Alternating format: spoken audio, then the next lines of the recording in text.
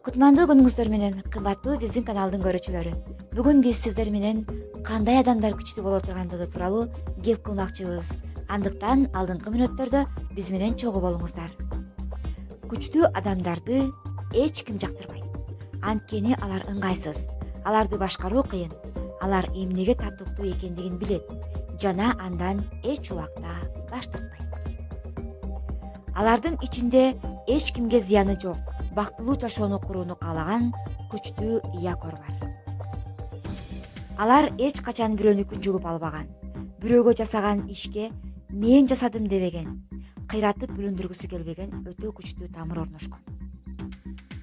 Алардын темирдей катуу принциптерин, мүнөзүн, адеп ахлагын, өзүнө болгон ишенимин жоготууга же бузууга мүмкүн эмес.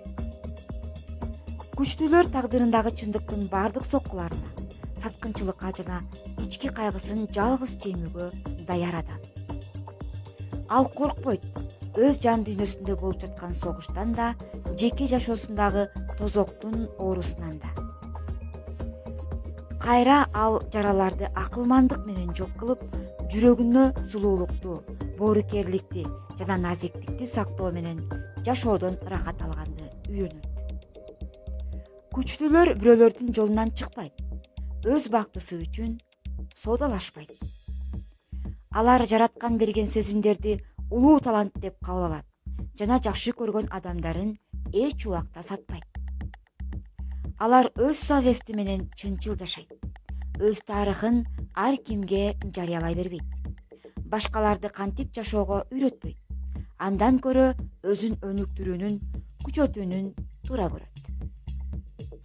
Өз жасаган ишти эч качан бирөөгө оодара салбайт, анткени өзүнө жана кылган ишине жооп берет.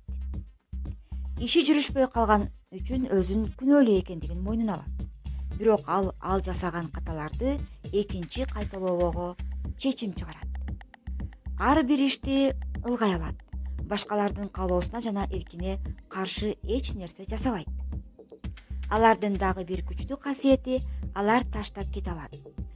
Бир жолу кетет, бирок ал өмүр бою болот. Алардын сезимдери, мүнөзү, сабырдуулугу жана чыдамдуулугу менен ойношпоңуз.